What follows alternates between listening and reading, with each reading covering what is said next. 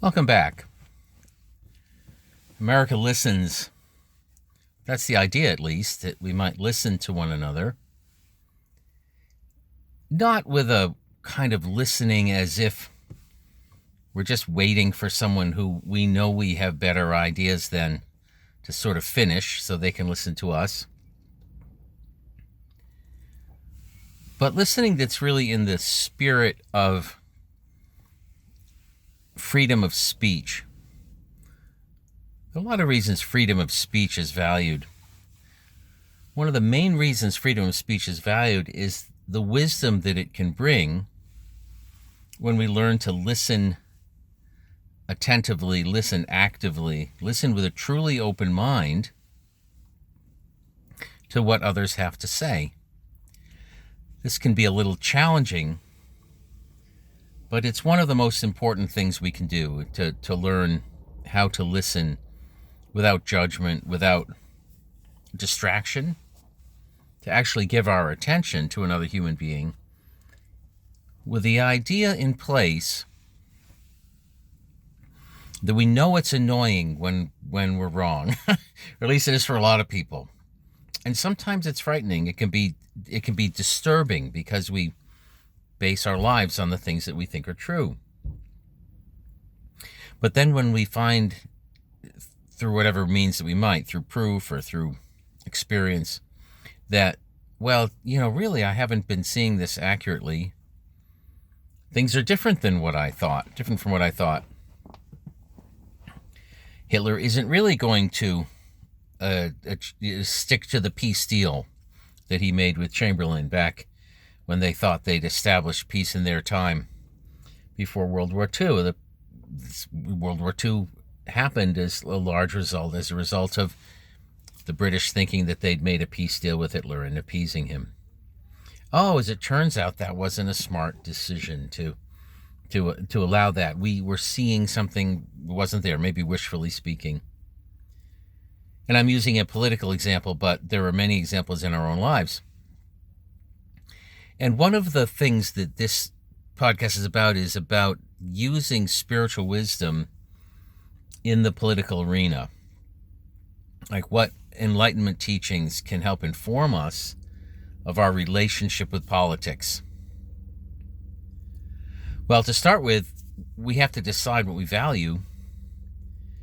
And if consideration for others and love for others, and love is, if we can value and have some faith that love is the way to solve problems. And also the idea that we were expressed in one of the earlier podcasts, that the reason that we're upset often isn't for the reason we think. And therefore we're better off being wrong because it's more truthful in this case often to be wrong. The reason we're upset and we're talking about in a political situation here, but the reason we're upset when we see people doing things politically or voting for people or watching a politician speak in a certain way, it's not because of what's happening in the world. It's not because of the event out there. That's a pretty radical thought. But it's always because we do not understand the meaning of the event. Now we're starting to get into spirituality here and some of the spiritual truths that I believe I've been fortunate to be exposed to and which I think are valid. After lifelong search, you've probably had your own lifelong search. But one of the very interesting ideas is simply this one. I'm never upset for the reason I think. The reason I'm upset always is because this thing doesn't make sense to me. But very often the solution to not knowing something, maybe it does make sense and I'm just not seeing it yet. That requires some humility. In fact, it requires this idea that, oh, I think this thing doesn't have any meaning. I think it's a negative. But it wouldn't be the first time I was wrong. And I'd actually be better off if there was some meaning here. I might not be seeing it yet. So if somebody goes to France, there are kind of two approaches to this. Let's say you go to France and you don't speak French, despite years in school or whatever, and you want to order a croissant and coffee at a cafe, and maybe be able to have a few words with someone. And you can't speak not a word of the language, and it's very frustrating, and you love the culture, and you'd love to be able to, and you can't. Well, there's some frustration that comes from that. And there are different ways that we can approach solving that frustration. One way is to get angry and to blame the French for speaking French and to say, well, I don't want to go to France anyhow, and their croissants probably are terrible, which they aren't, they're wonderful. And, to heck with them. I'm going to create a drama, I'm going to get upset, I'm going to get angry, I'm going to say the problem is outside of me, etc. So drama, anger, reactivity, and so on. And think, I'm right here. They should be different. This is wrong. They should be different. And the obvious alternative is to focus on education. And education, the person who does the first thing goes back home, badmouths the French, says what a miserable experience they had in Paris. And if they ever go to France again, has the same experience again. And miserably unhappy and unpleasant. The second person thinks, well, okay, there is a solution to this. The solution to this is to learn to speak French. And so they go and they take the time to do just that. And when they go back, they have a wonderful time in France because they actually have the wonderful croissant, the great coffee, and they're able to have a bit of a conversation and have a very enriched experience. So the main point here is that we can assume that it's better off if there's meaning in events. That everything essentially is the way it should be, or at least that there's a unique opportunity in every situation. An opportunity that wouldn't be there if it wasn't for this situation being just the way it is. Like being frustrated into learning French. Oh, now I speak a little French. That's kind of nice. But the same thing is true when we encounter politics and political situations that we don't like. We can either create a drama by saying there's no meaning here, there's no point, they're wrong, it should be different. That's the first guy who doesn't learn French and then is miserable.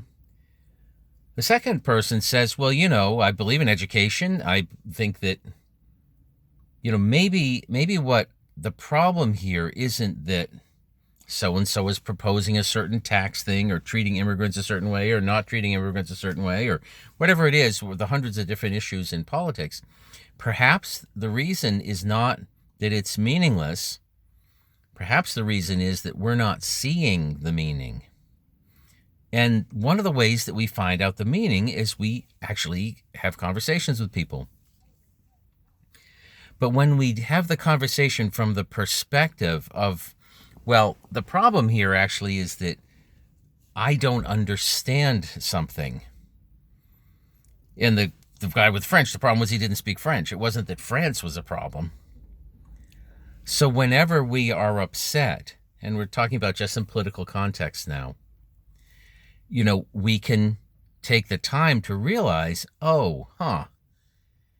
maybe if I understood that guy or that woman's position, I would agree with them. And this isn't about changing your political views, unless your view is that it's all chaos and it's hopeless. Then maybe it's about changing the view. But just drilling home this idea that what if it's true that the problem is not the meaninglessness of what they're doing, that they should be doing something else, that this should be different. That's called judgment. What if you're wrong? What if there is some unique benefit, bigger picture that we may not be seeing, to this exact situation? Is there something unique coming out of this situation that if we take the time to learn what it is, we actually can flow in a much more graceful way? And we practice what we believe in.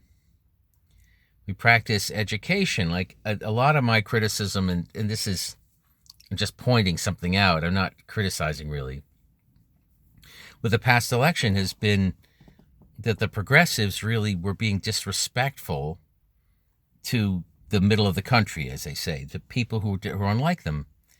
And as my encounter with that young man in Santa Fe was that seemed to prove true, and it's proven true to me over and over again. And, oh, well, is it meaningful to say that these people are deplorables, or that they're less educated, or that they'd know better? If they had my education, they'd know better, That's pretty arrogant. Maybe they know things we don't know, or maybe that group knows something I don't know. I'm not just talking about progressives and conservatives. It could go the other way around as well. Whatever our point of view is that, is it the more enlightened perspective to say, hey, the truth is I don't know everything. That's a human being with genuine and real experiences and genuine and real wisdom that I might not have. Like, I could have a PhD in farming, but that's very different than having a feel for the land or even knowing anything about growing crops. Like, if like someone who had actually grown crops. And so there's this dichotomy. But if we have kind of two choices, we can get upset and then fight what we think is a problem. But if we check inside, it's never satisfying, because we're always in conflict ourselves, because we're still not seeing the meaning. We're just fighting something. The alternative is the enlightened French student who goes and says, well, let me take the time to learn the language of those people. Let me learn the language of the farmer. Let me learn the language, and that means understand their life experience more. That can happen in a lot of different ways, but it starts with the humility of saying, if I'm upset, actually, the problem might not be what I think I'm seeing outside of myself. Wow, the problem might be me, my understanding or lack thereof. So here's a positive way of saying, wow, and the more I don't understand something, the more upsetting it is for me. Therefore, there's perhaps the greater opportunity for growth, because I'm missing something pretty major.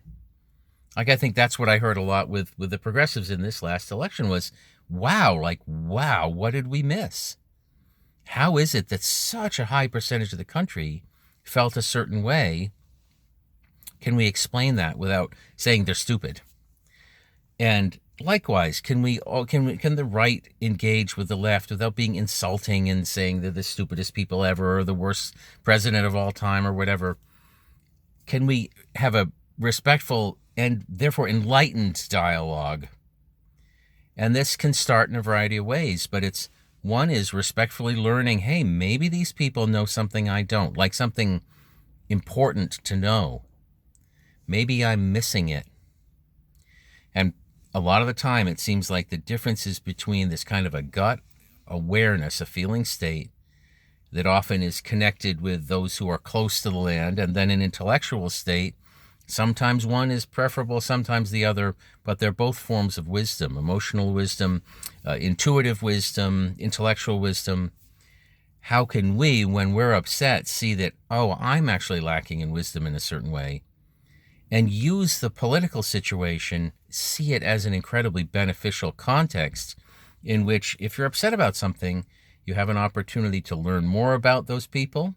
You have an opportunity to learn what they believe and why they believe it. But only if it's coming from the perspective, it'll only be helpful if you're coming from the perspective of saying, honestly, I don't know.